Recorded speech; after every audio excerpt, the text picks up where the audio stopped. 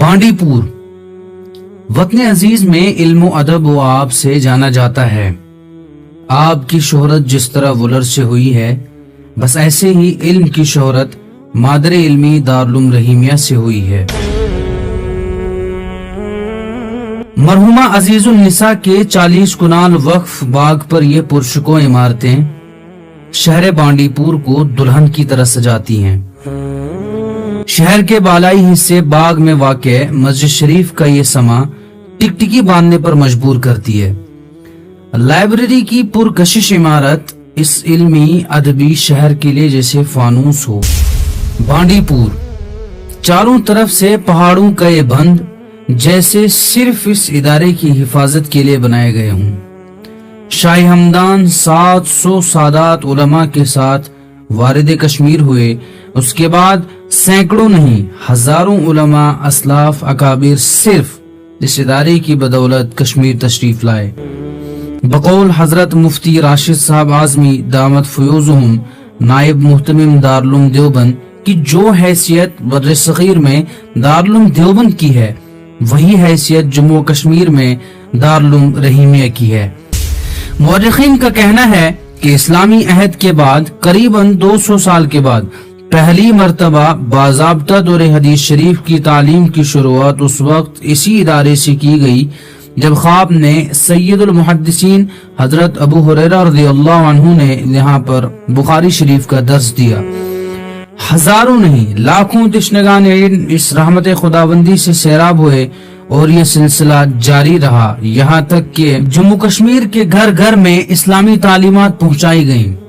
ہر district, ہر تحصیل، شہر شہر، قریہ قریہ، ہر محلے میں مکاتب اور مدارس قائم کیے گئے جہاں پر ہمارے بچے اور بچیاں صبح و شام قال اللہ و قال الرسول کی صدائیں لگاتے ہیں۔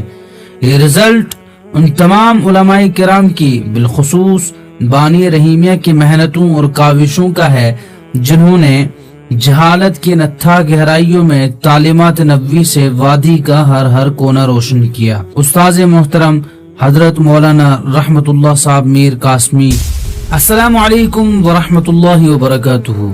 ناظرین، میں مبشر رحیمی، آئیے مختصراً مادر علمی دارالعلوم رحیمیہ اور بانی رحیمیہ کے بارے میں جانتے ہیں۔ سلمان ہنز بستی چھ تیز خاموش زن چھ انسان قبرستان منز پکا۔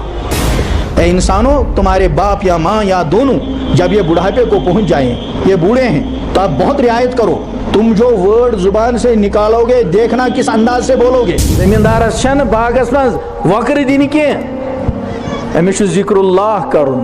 مولانا رحمت اللہ میر بن محمد سیف اللہ میر، آپ کی پیدائش بروز پیر بوقت صبح 22 جولائی 1957 مطابق 23 ذی الحجہ 1376 ہے۔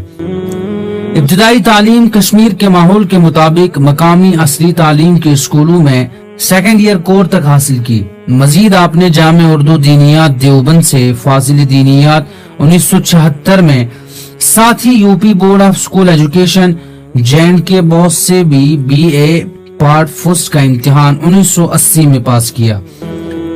اگست 1970 میں یو پی میں ضلع مظفر نگر کے مدرسہ شمس العلوم ٹنڈیڑا میں داخلہ ہوا۔ انہی ایام میں ملا جی نے سہارنپور لے جا کر حضرت شیخ الحدیث مولانا زکریا صاحب رحمۃ اللہ علیہ سے بیعت کرائی، نیز دیوبند میں بزرگوں سے بھی ملاقات کرائی، خصوصاً حضرت شیخ فخر الدین صاحب رحمۃ اللہ علیہ کی درس بخاری میں شرکت کرائی۔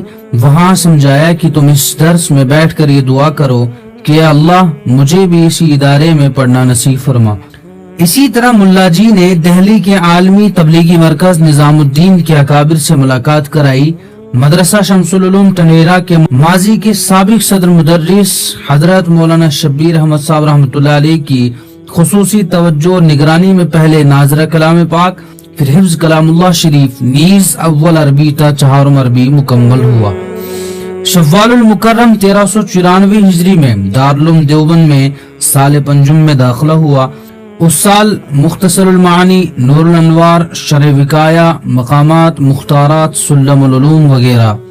1395 ہجری میں جلالین شریف، ہدایہ وغیرہ، اور 1396 ہجری میں ہی مشکات شریف، اور 1396 ہجری میں مشکات شریف وغیرہ کتابیں زیر درس رہیں۔ شوال المکرم 1397 میں دور حدیث شریف میں داخلہ ہوا اور اسی سال کے اخیر یعنی شعبان 1398 ہجری میں دور حدیث شریف سے فراغت حاصل ہوئی۔ دوران تعلیم اگست 1975 میں حضرت شیخ الحدیث مولانا محمد زکریا صاحب رحمۃ اللہ علیہ کے درس مسلسلات میں شرکت نصیب ہوئی اور 13 جولائی 1977 کو مولانا مسیح اللہ خان صاحب رحمۃ اللہ علیہ کے درس بخاری میں حاضری دی۔ جولائی 1978 مطابق رجب المرجب 1398 ہجری کو محتمم دارالعلوم دیوبند حضرت مولانا قاری محمد طیب صاحب رحمۃ اللہ علیہ نے مسلسلات الحدیث پڑھا کر اجازت حدیث مرحمت فرمائی۔ حضرت حکیم الاسلام سے آپ کو تمام متداولہ کتب احادیث میں اجازت حاصل ہے۔ حضرت مولانا کے زمانے طالب علمی میں جب جامع ازہر مصر کے شیخ الدکتور عبدالحلیم محمود کی تشریف آوری ہوئی تو اس وقت دارالعلوم دیوبند میں مختلف صوبوں کے زیر تعلیم طلبہ نے اپنی اپنی زبان میں ان کا خیر مقدم کیا۔ حضرت مولانا رحمت اللہ میر صاحب نے بھی طلبہ کشمیر کی طرف سے کشمیری زبان میں ان کا خیر مقدم کیا۔ ایک حافظ قرآن کو حفظ مکمل کرنے کے بعد سب سے زیادہ خوشی اس وقت حاصل ہوتی ہے جب وہ اپنا پورا کلام پاک تراویح میں سناتا ہے۔ مولانا کا بھی کشمیر اور کشمیر سے باہر قرآن پاک تراویح میں سنانے کا معمول رہا ہے اور کبھی ایک رمضان میں 2 مرتبہ یہ سعادت نصیب ہوئی۔ اب بھی تراویح اور نوافل میں سنتے سناتے ہیں اور یہ معمول سفر و حضر دونوں میں برابر جاری رہتا ہے۔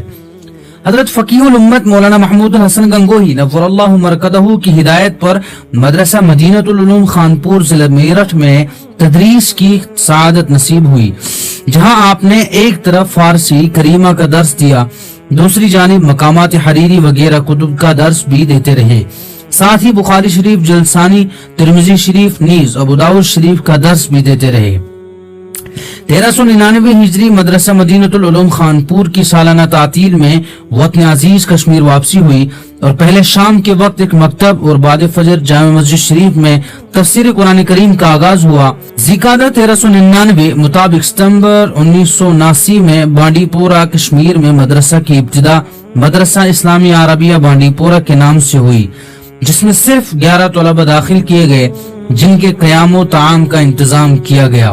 آپ نے نورانی قاعدے سے لے کر حفظ، تجوید و قرات، فارسی اور ابتدائی عربی سے لے کر دور حدیث شریف تک تمام ہی درجات میں تدریسی خدمات انجام دی، جو آج بھی مسلسل جاری ہے۔ یہی مدرسہ دارالعلوم رحیمیہ کے نام سے مشہور و معروف ہے۔ مولانا کی سخت محنت اور بے حد جد و جہد نیز اکابر دیوبند سے والہانہ عقیدت و محبت اور اسلامی روابط ہونے کی وجہ سے آپ نے اپنے لیے یہ فرض عین سمجھا کہ اس روحانی و اصلاحی و علمی و نورانی تسلسل کو منقطع نہ ہونے دیا جائے، اور یکے بعد دیگرے آپ نے ان روحانی اور مقدس صفات شخصیات کا تعلق ظاہری اور باطنی اعتبار سے کشمیر اور خصوصاً اہلیان کشمیر کی طرف مبذول کرائی، اور واقعتاً یہاں کے بسنے والوں کے لیے ایک سعادت اور فخر کی چیز ہے۔ دارالعلوم رحیمیہ کے ابتدائی قیام سے ہی اس کے سرپرست حکیم الاسلام حضرت مولانا قاری محمد طیب صاحب رحمۃ اللہ علیہ محتمم دارالعلوم دیوبند متعین ہوئے۔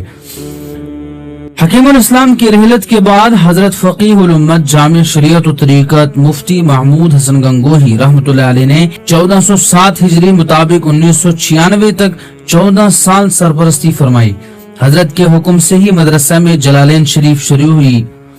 دارالفتہ کا کام بھی آپ کی زیر نگرانی جاری رہا، نیز مشکات شریف کی ابتدا کی گئی۔ حضرت مفتی محمود الحسن گنگوہی رحمۃ اللہ علیہ کی وفات کے بعد صدیق العصر قاری صدیق احمد صاحب باندوی سرپرستی فرماتے رہے اور آپ کے دور میں مشکات شریف کی باضابطہ تعلیم ہوئی۔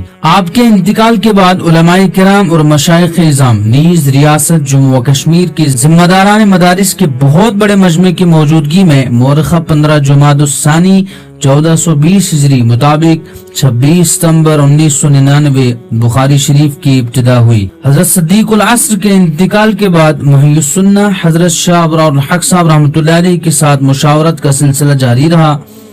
تمنا اور کوشش کے باوجود حضرت والا کا کوئی سفر کشمیر کے لیے نہ ہو سکا۔